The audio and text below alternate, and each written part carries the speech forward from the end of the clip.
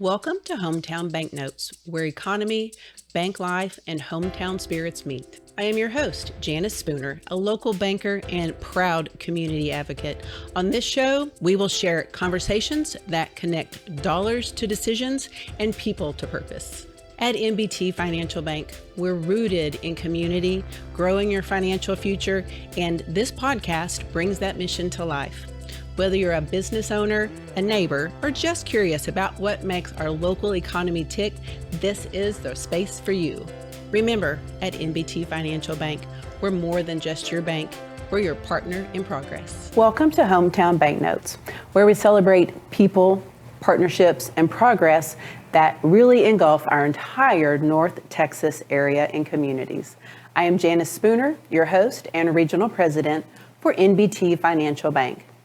Early on in 2026, we laid some solid foundations in regards to financial information, education, and what is happening in the economics of our nation. We're going to continue to build on that foundation today, and we've got a great guest. But let's first stop and pause and look to see what's happening in our economy. Interest rates entering into 2026 have become more stable. At the end of 2025, we had the luxury and privilege of having those rates cut 3 different times throughout 2025. And that was so helpful to so many businesses and consumers and people that hopefully now that it's balancing out, that we have more opportunity for predictable options for our families and our businesses. In January, just a few days ago, the Federal Reserve decided to hold rates yet again. While some expected a cut, or maybe were hopeful for a cut, they did pause and won't make another decision until probably March or in the summer for an opportunity for another rate cut. This decision reflects a pause, an observation, and letting the economy catch up to what happened in 2025 with the cuts. So this is just a waiting period right now. The Federal Reserve are going to wait and see what happens with more deliberate and measured expectations. But what the data doesn't really call into play is the way consumers are feeling about this information. Daily, we see headlines that could shock some people. We have ongoing debates in Washington. We have federal funding pause right now with a temporary partial federal government shutdown. And while technically that would also include the SBA funding, I've been given good word that not yet for the SBA on that pause. So we're going to keep pushing forward until something shifts that perspective. So all of these things, they matter. They matter to businesses. They matter to consumers. Planning matters. Confidence matters. And so as we go through this year, again, we're laying that foundation so it doesn't generally or necessarily affect what that foundation looks like, even though those headlines can be startling. At the same time, as all of these things we're seeing in the news, the broader fundamental data is still holding steady. The labor market continues to hold, and wage growth is continuing to balance, and the economic growth closed out last year, 2025, stronger than expected. So there's still some unsettling, but there's still stability, and they can actually be at the same time happening. But this momentum that we're hopefully feeling and the predictability of being able to spend wisely. We've had our growth charts the last couple of months to give a visual aid, and those are still static. So the data is still where it was just in January, more to come, but we'll keep monitoring that. And one thing that's strong about North Texas is our tourism and our resilience. And I cannot wait to share with you today our guest, Monica Paul. She is the Executive Director of the Dallas Sports Commission. Monica has spent years, not months, years, in helping position North Texas for the world stage, working alongside cities and leaders and venues and airports. And the gamut is unbelievable. Only Monica would know the pain and suffering to plan all of this out. But she's here with us today. We're going to celebrate what's coming to DFW in the World Cup, FIFA, and all the opportunities for our businesses and what to expect. So welcome, Monica. Thank you for having me. Excited to be here. Absolutely. Well, before we dig into all this fun news, I want you to tell everybody a little bit about yourself, your background, and what led you to this position. Absolutely. Well, I'm from a small town, Caldwell, Texas. 3,500 people just outside of College Station, Texas A&M area. I happened to go to Mary Hardin Baylor for my freshman year of college and then transferred up to the University of Texas. I had the opportunity to work with the volleyball program there, and then our coach was selected as the women's national team coach and the women's Olympic coach in the sport of volleyball. So I had the opportunity to move up to Colorado Springs. Made $50 a week as a technical coordinator, and then you kind of grow and you take on more responsibility. So I did get a raise after about 3 months, but honestly, opportunity of a lifetime to travel the world, attend, be a part of the delegation from an Olympic Games standpoint, and finished up my undergraduate degree, got my master's from the University of Northern Colorado, and I then went to USA Taekwondo National Senior Games, back to Junior Volleyball Association of Austin, and then back to USA Volleyball, and then ended up here 17 years ago, working with the Dallas Convention and Visitors Bureau and running the sports marketing department there. So I can't tell you the growth that I've seen in sports and just in this entire DFW region. So very blessed and humbled to be able to represent the city and the region from a sports standpoint. That is fascinating. Oh my gosh.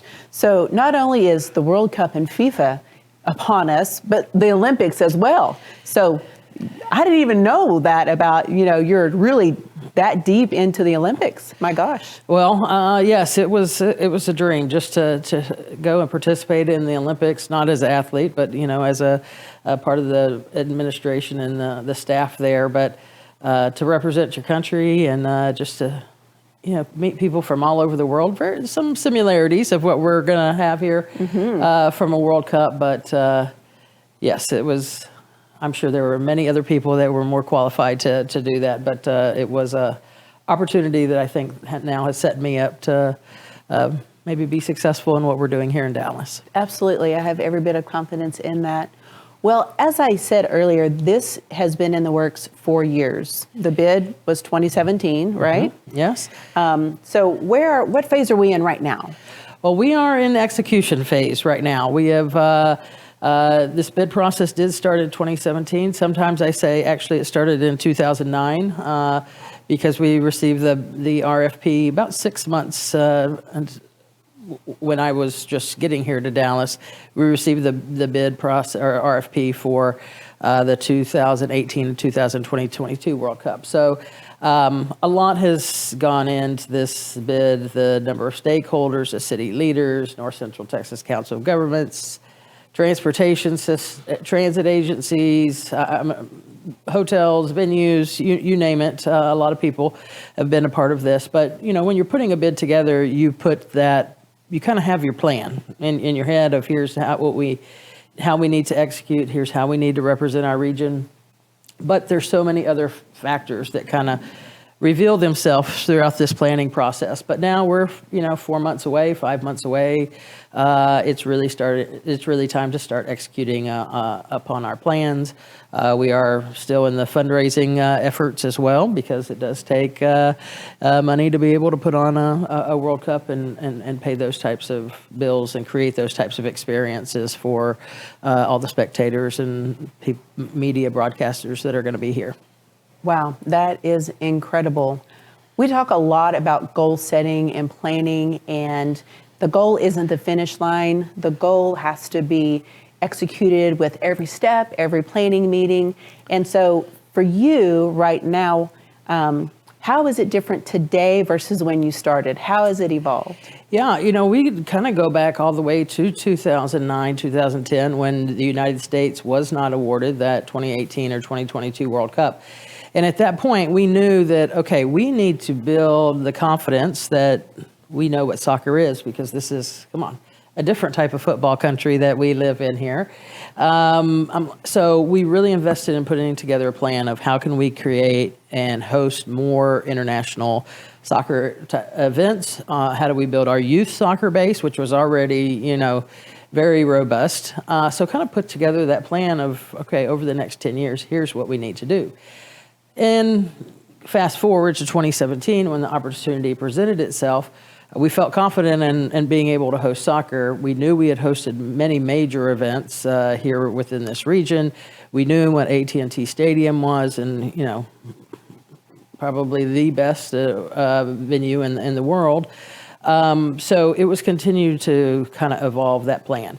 When we started this bid process, we thought we were going to get maybe 4 or 5 matches. Well, we have 9 matches, the most out of any other host city. International Broadcast Center was once again a top priority. Dallas hosted the International Broadcast Center in 1994. This is an opportunity to welcome 3,500 broadcasters plus another 1,500 media into market. There's only one broadcast center for the entire World Cup, and a great opportunity to further, I think, position the DFW region on a global stage.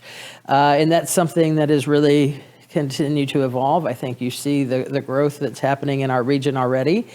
So this is a really big opportunity for us to kind of elevate that and maybe push that even higher than what we had anticipated. Now, I think there's other goals that we have. We are in a Women's World Cup bid process right now for 2031. Me as a woman would absolutely love to see that come to fruition. So I think we're trying to balance some of that right now through this Men's World Cup, the growth of women's sports that we're seeing. We have a Dallas Trinity FC, a women's professional soccer team here now. How can we continue to boost that, elevate that across the board so that we can be successful in 2031? And I could go kind of on and on and on about the other benefits and other things that we're really hoping to take shape. And it's not just about these next 4 or 5 months. It's what happens after the World Cup too, I think that's important. Absolutely. Let's go there, because I think that is so important. It's when that final whistle blows, it's not just over. There, I would suspect a lasting effect on DFW in this area from this type of event and the success of it. What do you see there? Yeah, I mean, anytime we host a major event like this, we always look at, okay, the economic impact. So when we started the bid process, they estimated $400 million. Well, this is an expanded, largest World Cup ever, 104 matches taking shape. Now they're anticipating our economic impact is somewhere between $1.5 to $2.1 billion, the largest of anything that we have seen come to date. However, that's just one aspect from an event. We know that the money, the business coming in here is going to have a positive economic impact for most events. However, what we really look at is, I think, the lasting legacy. And as we're planning, what are things that we can be doing that benefits, whether it's businesses, residents, our cities, city services, programs, those types of things. Legacy in the sports world, in the soccer world, is very important to us. About 5, maybe 6 years ago, we did a small survey of just Frisco, Dallas, Arlington, and Fort Worth. And based on the demand of youth soccer, we were 150 soccer fields short. Oh my. Now, I wish I had the money to build 150 soccer fields to be able to pick up that, but we aren't going to be able to do that. But one of the areas that we are going to be able to have positive change is to put mini pitches in kind of underserved areas. So there's so many areas here in DFW that kids walk outside of their house. They don't have a safe space to play. We want to, 26 would be great, knowing this is 2026, 26 mini pitches within the area. We'll see what our fundraising efforts will allow us to do. But it's providing those kids opportunities for sport, whether it's equipment, access to actually play, to be in safe spaces. We've got sustainability initiatives that we are working on across the region, human rights initiatives, a lot in the human trafficking space. And some of this is programs, communication, assets that we can continue to take on from event to event to event after this is over. We're creating a North Texas Sports Foundation. So this is kind of our C3 arm of any major sporting event kind of moving forward. This is the arm for us to utilize through events to give back to our community. So a lot of things going on, but it truly is about the lasting legacy. Well, and that's so inspirational, not only to me, but even to my bank. You know, as we were chatting, you and I first talked 2 years ago, and a lot has changed since then. But here at NBT, we looked at how can we celebrate FIFA in our communities, because that's our passion. Our communities, what can we do? And so we're reaching out, we're finding those maybe at-risk youth and their soccer leagues, and how can we support them and show up for them and write cards of encouragement for those young men and women in those leagues that might not get a positive word otherwise. Yeah, you know, playing sport at a young age teaches you values, teamwork. I mean, so many life lessons that kids that don't have that opportunity, there are statistics that, you know, kind of show if you have that, you can create the friendships, create lifelong lessons. Not everybody needs to be the next, you know, Messi. You don't have to become a professional athlete, but it's the things that sports teach you, I think, that are incredibly important. And that's something that sometimes you can't put a metric or a dollar figure on some of that when you're doing these types of events. So I thank you and the bank for what you're doing in the community as well. Well, it is. We are passionate about it, and I know you are as well. I also try to educate our small businesses. You mentioned that a minute ago. I've talked early on about making sure small businesses are prepared for events like this. Events don't happen to communities. Communities help welcome and build those events. And so for our small businesses and that economic impact, we're so close to DFW Airport and Dallas Love Field. I would suspect that all of our communities, especially Grapevine being so close, tourism is big in Grapevine, but all of our surrounding communities, how can they get involved, or is there already a list that they're on? Well, yes. So we have created a North Texas Business Connect program. You can go to DallasFWC26.com. There's a Get Involved link there, and then there's business opportunities. But this North Texas Business Connect, you basically sign up for it. It's free. You tell us, here's the type of product or service that I have. When we receive RFPs or RFIs, or whether that's from FIFA, their agencies, ours from a North Texas FIFA World Cup organizing committee, or others that are doing work in a World Cup that just need to identify somebody to help them with their event, or need equipment or whatever it may be, then we're able to pull from that list and send those opportunities out. We also post them on our website. So any RFPs that we do receive, we'll send those out. Sometimes they're like, we don't necessarily want to post the RFP, but please send it out to your database. So the more people that sign up, you know, some may get zero, some may get a lot of business, but it never hurts for us to be able to communicate with people there. That's amazing, because I've been talking to small businesses, both in hospitality, but in transportation, and small businesses preparing staff, their finances, making sure they're ready for that influx of people coming, and expected people. What number are we looking at that's going to be here? Well, you know, we were very fortunate in the draw that took place in December, and the teams that are actually here that we know that will be playing in our group stage matches. You've got Argentina, who won as a defending, you know, champion here from 2022. Netherlands, which they're very famous to have their Orange Army marches. That's our first match versus Japan. You've got England and Croatia, and knowing what football and soccer means to England and the history there.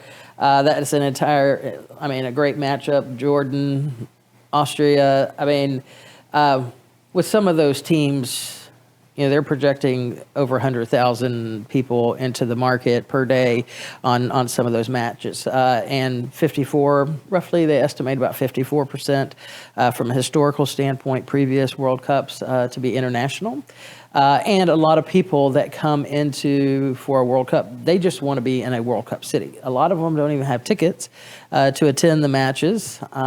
So that kind of transfers into the fan festival area, which that's 34 plus days of fan festival out at Fair Park is our location, and that really becomes the heartbeat during the World Cup because every match will be there. So, and then we know that there are going to be other pop-up public viewing events. Any city can really create their own public viewing event. FIFA has a platform where you can go and apply for licenses. So even these small businesses, it may not be you're working directly with FIFA or one of their agencies. There's a lot of other stuff that will be going on here throughout the Metroplex with other public viewing events and pop-up events that, are going to need services as well and businesses to step up.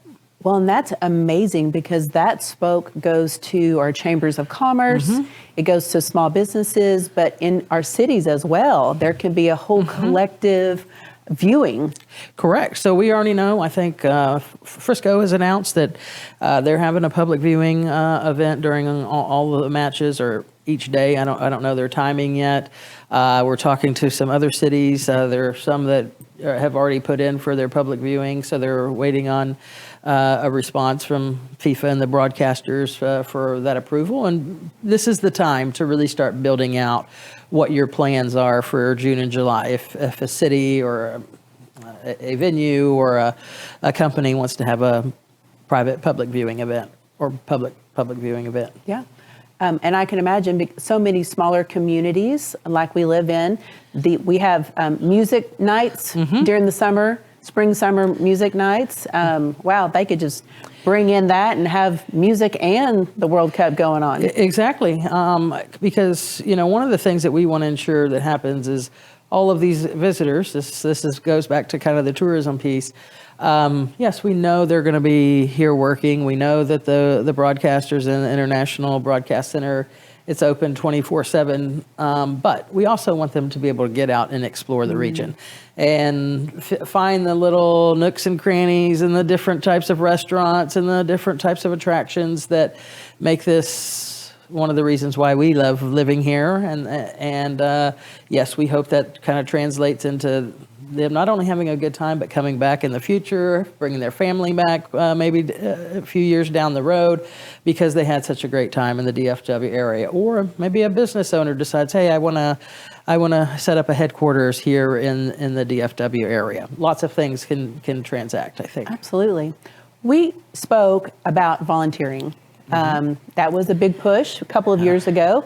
So bring us up to speed because those selections, or I guess the window has closed. Yes. So the deadline to register as a volunteer ended in October of 2025. Since then, we have opened up a volunteer center, and they have just finished this past weekend, actually, their 10,000th tryout. So we had over 32,000 people register to volunteer. They've completed 10,000 tryouts.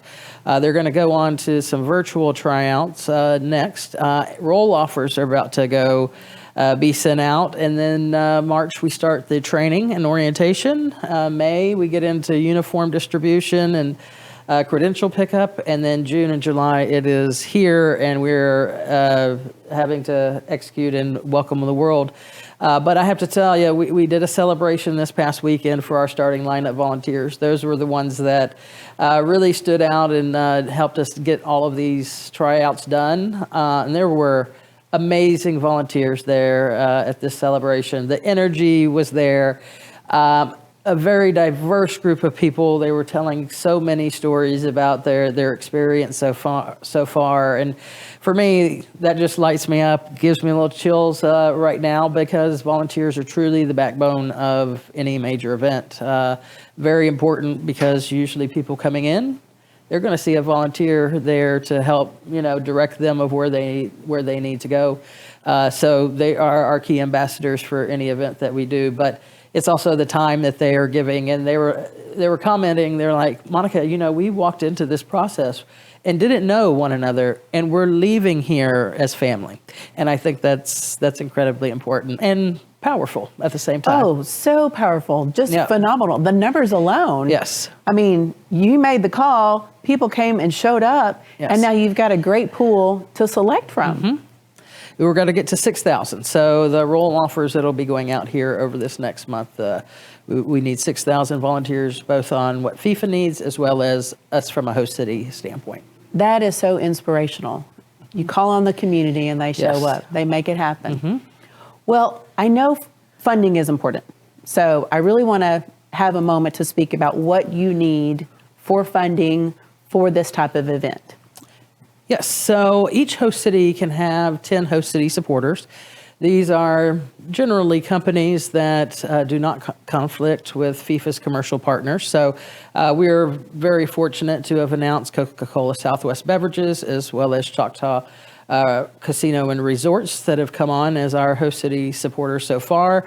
We've got a few more in the hopper we are waiting to announce. And these are companies that you have access to hospitality, suites, tickets for all 9 matches over at Dallas Stadium, as well as opportunity to be at the Fan Fest, different advertising and brand opportunities. There's legacy, sustainability components that are built in there, some media assets value. It's really about those companies that, hey, we want to come help support the community through this event and really make the DFW area shine. We know that there are some companies that, hey, we can't be a host city supporter for various reasons. They may have a conflict with some of FIFA's commercial partners or from a price point standpoint. So we have some other levels that, hey, you want to just be able to activate at the Fan Festival. There's opportunities for businesses. FIFA has just opened this piece up. So this is actually very new. But they can activate at the Fan Festival. They don't have any IP rights or access to logos association. But there's that. Then we also have North Texas Sports Foundation. It is our legacy and arm for that. This is the organization that we have that is going to help us ensure that these mini pitches and help in the underserved communities. We've got some art, sustainability. We've got a permanent sculpture that we're about to announce next week as well. So there's still plenty of ways that people can get involved. And on the legacy side, those donations also get you access to some of the tickets to the stadium for all 9 matches. That is just incredible. So if anybody's watching, listening, wants to reach out for their business or for tickets or whatever, what's the best place for them to go? The best place to go is our website, dallasfwc26.com. But you can also email info@dallasfwc26.com. Actually, I checked that email address, so it'll be coming directly to me, and we can get you in the right direction. Kind of figure out what your goals, objectives are, and decide if we need to talk foundation, if it's just suite and lounge package tickets that you're looking at, if it's a host city supporter, or you're just interested in activating at FanFest. A lot of different options. So exciting. Wow. Well, thanks for bringing the energy today. Thanks for being here with me. I'm honored and blessed that you had the time to spend. So thank you very much. Thank you. And best of luck. We'll be cheering for you. Thank you. Absolutely. Well, at NBT Financial Bank, community matters. You've heard me say that. And one of the most exciting but most treasured is making sure our future leaders have the opportunity to grow and go to college, trade school, or right into the workforce. And we want to know about those seniors. So visit our website and make sure that they look for our scholarship opportunities. In Grapevine, we celebrate GCISD seniors. And I will have to take just a moment and apologize to Zane, our most recent recipient, because mascots are important. We've got the Mustangs and the Panthers, and I mistakenly said that Zane was a Panther. He's a Mustang. We're proud of you to be a Mustang, Zane, so I apologize for that. And can't wait to just celebrate with your family tomorrow in that recognition. And our next scholarship recipient has already been announced. Landon is a Panther with Colleyville Heritage High, and we will be celebrating Landon in the coming weeks. And before we go today, I just am so excited to share a little bit of celebratory news for my Grapevine team and NBT Financial Bank. We were voted tops in Tarrant in Society Life. We're so excited about that. We've posted about that information. But now we're also in the final running for Best in Banking in Southlake Style. So if you feel so inclined and you see the voting happening in the next few weeks, we would appreciate your support. Thank you for the partnerships that we've built and the trust we've been able to grow through our deposits, our loans, and our impact in the community. I'm Janice Spooner. Thank you for spending part of your day with us. And please remember to stay connected, stay inspired, and keep building something great right here at home. Thanks for joining us on Hometown Banknotes. If you like today's episode, be sure to follow, share, and like, and show someone how to make a difference in their life by understanding what's going on in the economy, their life, and in their community.